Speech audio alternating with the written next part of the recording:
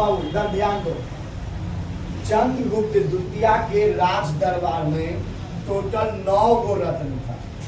9 गो रत्न कहने का मतलब, रत्न का मतलब होता है कि उसके दरबार में 9 लोग मुख्य थे। बात समझ में आ गया? 9 लोग एकदम मुख्य थे। उसमें कुछ भी काम करने को रहता था तो यही 9 लोग करते थे, इसलिए इसको 9 रत्न का नाम दिया गया। कहा जाता है कि चंद्रगुप्त द्वितीय को उसके परम यश के लिए, योद्धा के लिए विक्रमादित्य का भी उपाधि मिला। विक्रमादित्य का क्या मिला था? उपाधि मिला था। यानी उसका नाम चंद्रगुप्त विक्रमादित्य। क्या हो गया उसका नाम? चंद्रगुप्त विक्रमादित्य। द्वितीय राज दरबार में क्या गो रत्न? 9 रत्न। क्या गो रत्न? 9 रत्न। चंद्रगुप्त द्वितीय अपनी सांस्कृतिक उपलब्धियों के लिए प्रसिद्ध है। इसके दरबार में 9 रत्न थे। पहला शंकु, छपनक, घटक पर, बेतल भट्ट, बराहमिहिर, बररुचि, कालिदास, अमर सिंह और धन्वंतरी। कालिदास जैसे बड़े बड़े ज्ञानी व्यक्ति किनके राज दरबार में थे?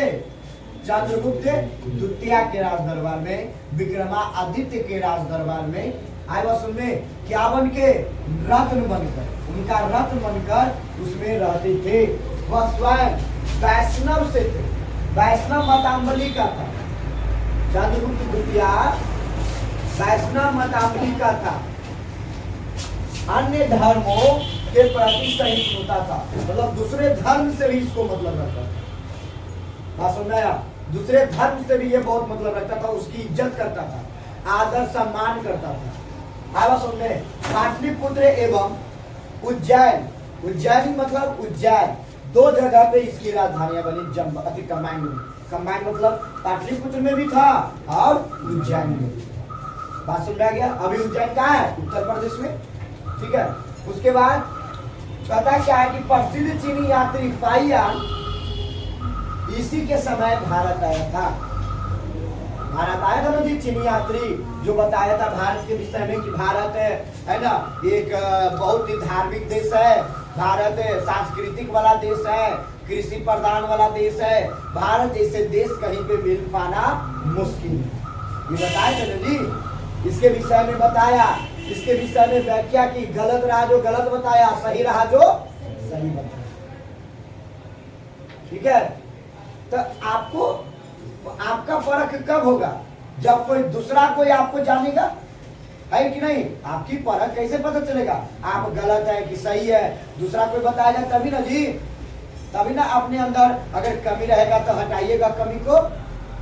उसी प्रकार से फाहियान आया, भारत में बोला, है ना, हमारी ये संस्था, हमारी ये देश मन लायक है, आकर्षणीय है, लेकिन कुछ लोगों के द्वारा इस देश को खराब किया जा रहा है, कुछ जगहों को बर्बाद किया जा रहा है। उन जगहों को क्या कर दिया गया? बचा लिया गया, उन लोगों को हटा दिया गया, आखिर सुविधा की गई ना जी। ठीक है। उसके बाद उन्होंने फाहियान आए थे तो नालंदा के विषय में भी बताया था। ठीक है। और जबकि नालंदा के विषय में जानकारी होते हुए भी वो बोले थे, क्लियर, अच्छे तरीके से जानकारी था उनके पास, था ना जी। उन्होंने नालंदा के विषय में बोला था कि यहाँ का राजा बहुत ही धीरती है, धनवान व्यक्ति है ना, दयालु व्यक्ति है। क्योंकि जो नालंदा का खंडर जो बना था विश्वविद्यालय, वह राजा का भूमि दिया हुआ था दान में, है ना, दान में दिया गया भूमि पर बना हुआ था विश्वविद्यालय, नालंदा का राजा के द्वारा दिया गया था। आवाज सुन रहे? तो बोला था यहाँ से, यहाँ की अलग ही एक उम्मीदा, एक अलग ही रोचक तथ्य को प्रस्तुत करती है। ठीक है। उसके बाद यह 399 से 414 ईस्वी तक यहाँ रहे। टोटल कितना साल? 15 साल। तो कितना साल है यहाँ? 15 साल यहाँ पे रहकर वो इसके विषय में जानकारी प्राप्त किया। किसके राज दरबार में आया था फाहियान? चंद्रगुप्त द्वितीय के राज दरबार में। और चंद्रगुप्त द्वितीय का उपाधि क्या मिला था? विक्रमादित्य। क्या मिला था? विक्रमादित्य। हो गया कंप्लीट। अब चंद्रगुप्त द्वितीय खत्म। अब आ जाएंगे कुमार गुप्त। कौन सा? कुमार गुप्त। कौन सा वंश चल रहा है हम लोग का? गुप्त वंश चल रहा है ना जी। गुप्त वंश की स्थापना किसने किया था? श्री गुप्त ने। ठीक है, किसने किया था? श्री गुप्त ने। और श्री गुप्त का बेटा कौन था? चंद्रगुप्त था। चंद्रगुप्त कौन? चंद्रगुप्त था ना जी। श्री गुप्त का बेटा कौन था? चंद्रगुप्त था। तो चंद्रगुप्त के विषय में हम लोग पढ़ रहे थे। क्लियर है? अब चंद्रगुप्त का बेटा कौन कहलाएगा? कुमार गुप्त। आएगा समझ में? क्योंकि पहले हम लोग को खानदान प्राचीन समय से ही हम लोग ये आते जा रहा है कि जो राजा बना है उसी का बेटा राजा बनेगा, जिसका राजा बना, जिसका बेटा मंत्री बना उसका बेटा मंत्री बनेगा। ये खानदानी आते रहा है, हमारे पूर्वजों वंशज देते आ रहे हैं कि जिसका बेटा राजा बना है उसी का बेटा राजा बनेगा, है कि नहीं? तो उसी के विषय में हम लोग एक लाइन से पढ़ते चले जाएंगे। तो अभी हम लोग किसके विषय में पढ़ लिए? चंद्रगुप्त द्वितीय के विषय में। अब हम लोग जानेंगे किसके विषय में? कुमार गुप्त के विषय में। क्लियर है? हाँ या नहीं? ऑप्शन में ऑब्जेक्टिव डालेगा। ठीक है क्या? कि इसके राज दरबार में 9 रत्न होते थे, चंद्रगुप्त द्वितीय के राज दरबार में। क्लियर है? हाँ या नहीं?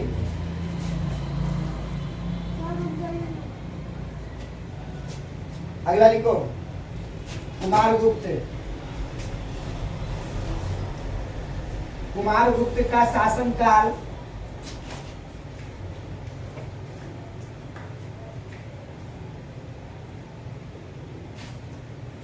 कुमार गुप्त का शासनकाल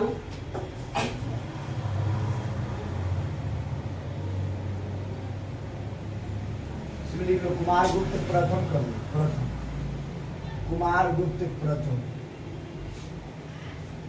कुमार गुप्त का शासनकाल हो गया, नीचे मिटा रहे। कुमार गुप्त का शासनकाल 415 ईस्वी से लेकर, सबसे पहले कौन सा गुप्त आया? तो गुप्त वंश का स्थापना श्री गुप्त ने। श्री गुप्त का बेटा चंद्रगुप्त, चंद्रगुप्त का बेटा कुमार गुप्त, और कुमार गुप्त का बेटा अस्कर। इसके बाद बात समझ आ गया? याद हो गया? कौन कौन? पहला श्री गुप्त। वंश कहाँ से शुरू हुआ? श्री गुप्त से। और श्री गुप्त से कहाँ बढ़ा? चंद्रगुप्त। और चंद्रगुप्त से कहाँ बढ़ा? कुमार गुप्त। और कुमार गुप्त से कहाँ बढ़ा? अस्कर। बात समझ आ गया? हाँ या नहीं? अब जान चंद्रगुप्त के विषय में तो जान गए, अब आते हैं कुमार गुप्त के विषय में जानते हैं। कुमार गुप्त का शासनकाल कब से कब तक रहा? 415 ईस्वी से लेकर 455 ईस्वी तक। इस बीच में कुमार गुप्त का जो शासनकाल रहा ना, एकदम शांति रहा। कोई युद्ध बुद्ध नहीं, कोई लड़ाई झगड़ा नहीं, किसी से कोई मतलब नहीं। बात समझ आया? किसी से कोई मतलब नहीं, एकदम शांति प्रिय रहना। 415 ईस्वी से लेकर 455 ईस्वी तक दम लग रहा था शांति कायम है, सुव्यवस्था, अनेकों प्रकार की व्यवस्था उपलब्ध है। बात समझाया? अनेकों प्रकार की विधियों को पूर्ण किया गया। जो गुप्त वंश में जरूरी था वो सारे विधि को लाया गया। किसके शासनकाल में? कुमार गुप्त के शासनकाल में। आया सुने? कुमार गुप्त किसका बेटा था? चंद्रगुप्त का। कुमार गुप्त का शासनकाल 415 से लेकर 455 ईस्वी तक रहा। यह चंद्रगुप्त द्वितीय का क्या था? पुत्र था। चंद्रगुप्त द्वितीय का क्या उपाधि मिला था? विक्रमादित्य का। ध्यान में रखना, क्या उपाधि मिला था? विक्रमादित्य का। ध्यान में रखिएगा। इसका काल शांति और सुव्यवस्था का काल कहलाता है। उसके बाद कहता है मध्यसौर में रेशम काटने वाली एक श्रेणी के अभिलेख से मालवा विजय का पता चला। कुमार गुप्त के विषय में रेशम काटने वाली अभिलेख से पता चला कि कुमार गुप्त भी था। नहीं तो एकदम नामो निशान खत्म था कि कुमार गुप्त था, क्योंकि लोग उसी को याद करता है जो योद्धा होता, शांति वाले को बहुत कम याद रखता है। ठीक है, लेकिन इसका पता चला कब? जब रेशम काटने वाली अभिलेख का उजागर हुआ ना, तब पता चला कि जो रेशम काटने वाली जो अभिलेख लिखा गया है या रेशम का जो उत्पन्न हुए हैं वो कुमार गुप्त के समय में हुआ था। तो कुमार गुप्त का शासनकाल पता चला। आए बात सुनने? अब कुमार गुप्त का शासनकाल पता चला तो ये मालवा विजय से पता चलता है।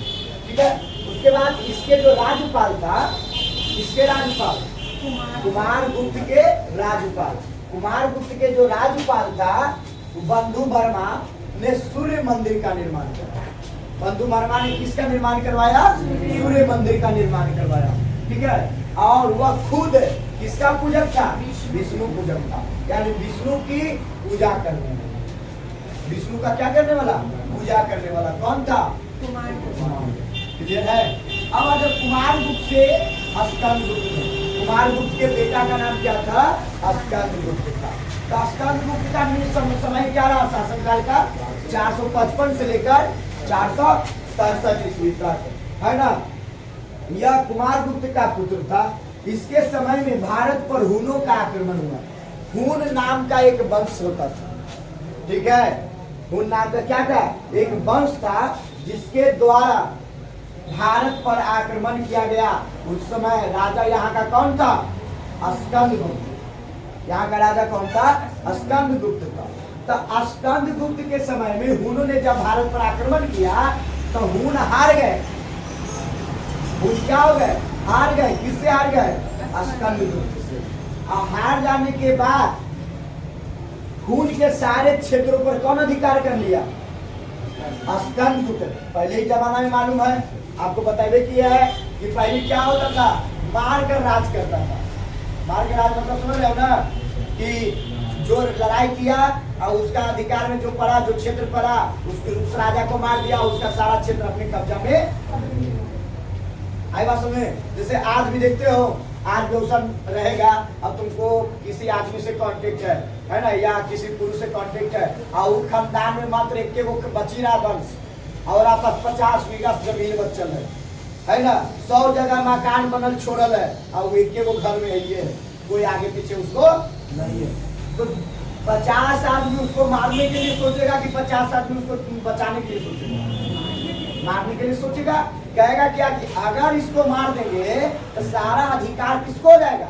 मेरा हो जाएगा ना जी, और उसको मार कर उस पर अधिकार कर लेंगे। उसी प्रकार से पुराने जमाने में भी होता था। ठीक है, अपने क्षेत्र को बढ़ाना रहता था, अपने क्षेत्र को बड़ा करना रहता था, तो सामने वाले से युद्ध करना पड़ता था। और युद्ध करके अगर सामने वाला हार गया तो अपना क्षेत्र को छोड़कर भाग जाता, हाँ, या भगा दिया जाता। बात समझ आ गया? तो इस प्रकार से अधिकार होता था। तो हुन क्या हो गए? हार गए। तो हुन जब हार गए तो हुन का सारा क्षेत्र इसके अधिकार में हो गया। किसके अधिकार में? स्कंद गुप्त के अधिकार में। तब अब इस पर भारत में कोई ऐसा राजा नहीं था जो स्कंद गुप्त का क्या करे? सामना कर सके। आई बात समझ में? तो पूरे भारत और एशिया का अकेले मालिक कौन बन गया? स्कंद गुप्त बन गया। पूरा एशिया का, एशिया के अंतर्गत में 44 देश आता है, अकेले मालिक बन गया। सोचिए, 1,20,000 गांवों का मालिक खुद बन गया। ठीक है, जिसका नाम सुनकर थर थर लोग कांपता था, थर थर राजा कांपता था, ऐसा राजा बन गया। सोचिए, एशिया का, पूरे देश का, पूरे महादेश का ये राजा बन गया। सोचिए, इतना बड़ा राजा होता था जिसे। ठीक है, तो ये अब क्या हुआ? भारत एवं एशिया का अकेला राजा बन गया। लेकिन जानवे करते हो कि जो पाप और अन्याय करता है, यहाँ वो जो सबसे नीचे लिखा है 375 से लेकर कहाँ तक बोलो रे? सबसे नीचे वाला चंद्रगुप्त, और मतलब उसके बाद लिखेंगे। हाँ, उसके बाद लिखना। मेरे पास जगह नहीं ना है, तो नीचे उसके बाद लिखना 375 से लेकर 399। यही का अधिकार कौन किया था? चंद्रगुप्त। 375 से लेकर 399। ठीक है, अब यहाँ से कौन आया? रामगुप्त, सॉरी रामगुप्त, कुमार गुप्त है, कुमार गुप्त, कुमार गुप्त। इसका शासनकाल कितना रहा? कुमार गुप्त का 415 से लेकर 55, 415 से लेकर 455। और कुमार गुप्त के बाद कौन आया? स्कंद गुप्त। स्कंद गुप्त, इसका शासनकाल कितना रहा? 455 से लेकर 455 से लेकर कहाँ तक? 467 467 77 67। अंत कब हुआ वंश का? अंत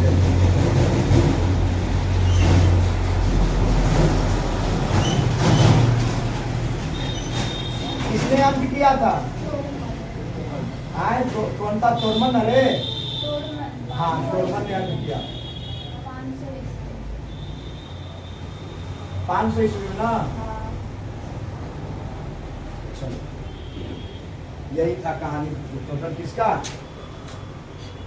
गुप्त वंश का।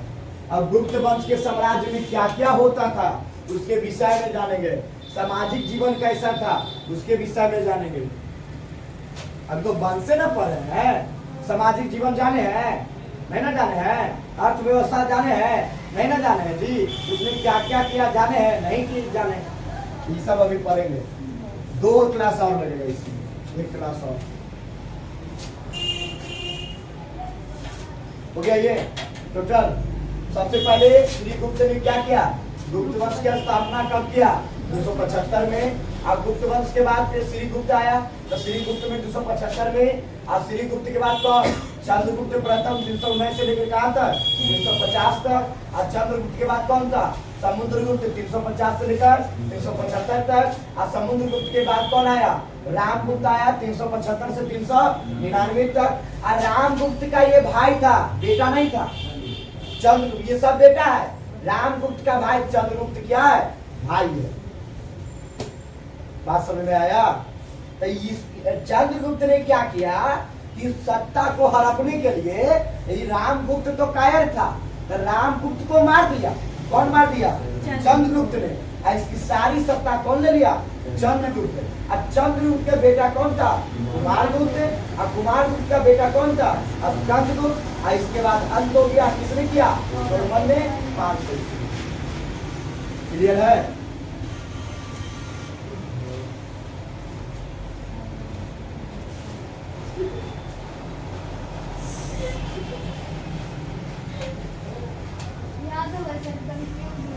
कंफ्यूज कैसे हो जाएगा? इतना तो क्लियर लिखा हुआ है। इसमें भूल जाएंगे हम। आगे खा जाने हो गया। ये इरेज करें, खाने के लिए तो सबको जानता है, याद रखता है ना? अभी तुम खा के आई होगी, इसका मतलब खा के नहीं आया है। अब मतलब कि क्या? अब तुम नहीं खाएगी ना उस दिन, बरलाई आ जाएगा घर में। चलिए ना, 10 किलो बगल कम हो जाएगा तुम्हारा। आप मेरा खिलवा सकते हैं। यस, हम भी उपवास करते हैं। आप नहीं भूल सकते। हफ्ता में 4 दिन सोमवारी करते हैं, 3 दिन मंगलवारी करते हैं। जिस दिन नहीं खाते हैं उस दिन निखिला कुछ नहीं खाता है, कुछ हम ही को बोलते हैं। हम भूखे रहते हैं तो निखिला कुछ नहीं खाता है, हमसे कुछ नहीं खाता है। हो गया? सारा बोल रहा है। हो गया बाबू? हाँ। पहला लिखिए सम्राट। ठीक है, सम्राट प्रधान न्यायाधीश, सम्राट सम्राट प्रधान न्यायाधीश,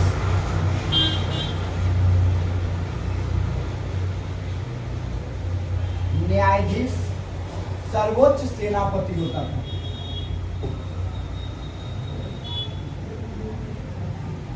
सर्वोच्च सेनापति होता था।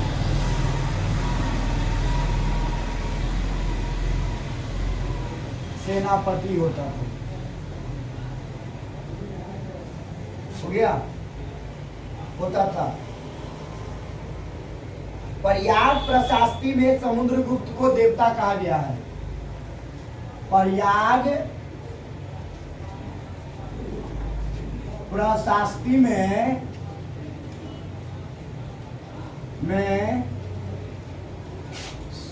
समुद्रगुप्त को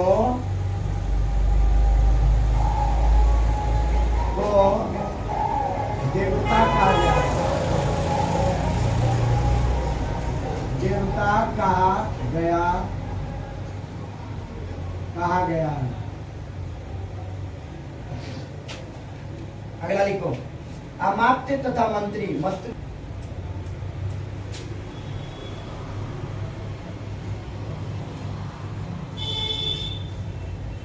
इसके पिता का नाम ध्रुवती था। इसके पिता का नाम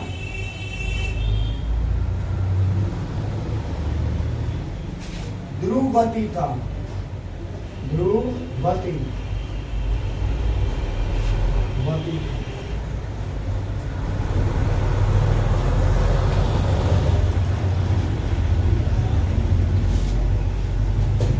हो गया। अगला लिखेंगे, राज्य का विभाजन निम्न प्रकार थे। राज्य का विभाजन निम्न प्रकार थे। राज्य का विभाजन निम्न प्रकार थे।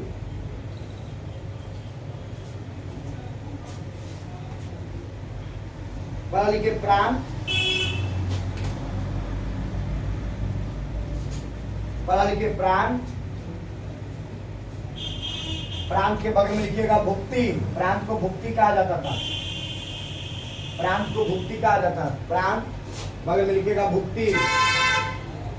दूसरा लिखिएगा इससे भुक्ति के बाद लिखिएगा भोग। भोग, भोग माने कमिश्नरी होता था, कमिश्नर होता था। भोग, भोग माने कमिश्नरी। यहां पे लिखिएगा कमिश्नरी। कमिश्नरी, कमिश्नरी होता था। इसके बाद लिखेगा विषय। विषय, विषय का ब्रैकेट में लिखेगा जिला होता था।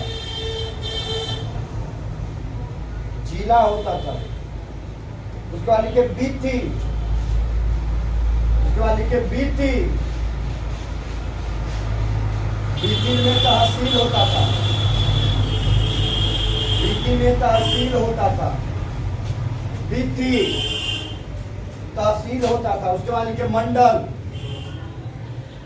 मंडल ब्रैकेट में लिखेगा ग्राम समूह होता था। मंडल में लिखेगा ग्राम समूह होता था।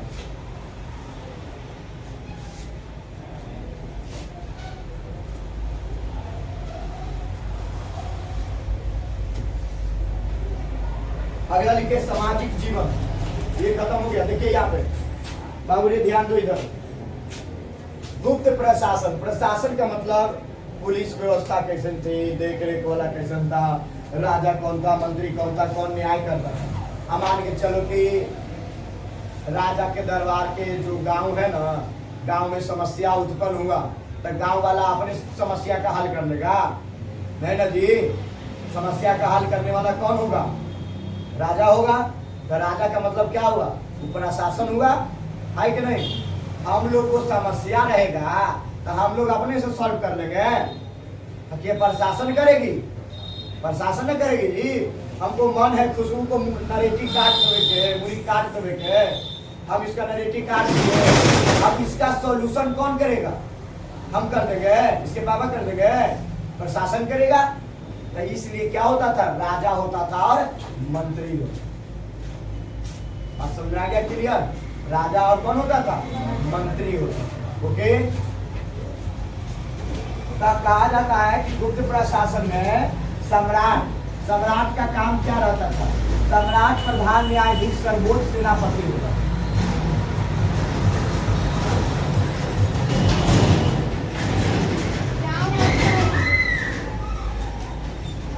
ट्रैक्टर जा रहा था पिछले आवाज में। सुनो, सम्राट प्रधान न्यायाधीश सर्वोच्च सेनापति होता था, यानी कि सबसे बड़ा होता था, सबसे बड़ा पद। जो अभी सर्वोच्च न्यायालय के उप न्यायाधीश है ना जी, मुख्य न्यायाधीश है, औसा एकदम राष्ट्रपति जैसा एकदम शासन होता था। ठीक है। प्रयाग प्रशास्त्री में समुद्रगुप्त को देवता कहा गया। प्रयाग प्रशास्त्री में क्या कहा गया है? देवता। कौन से राजा को? समुद्रगुप्त को। मंत्री कौन था? विभिन्न विभाग के विभिन्न मंत्रियां होती थी। सही बात है, आज भी वही है।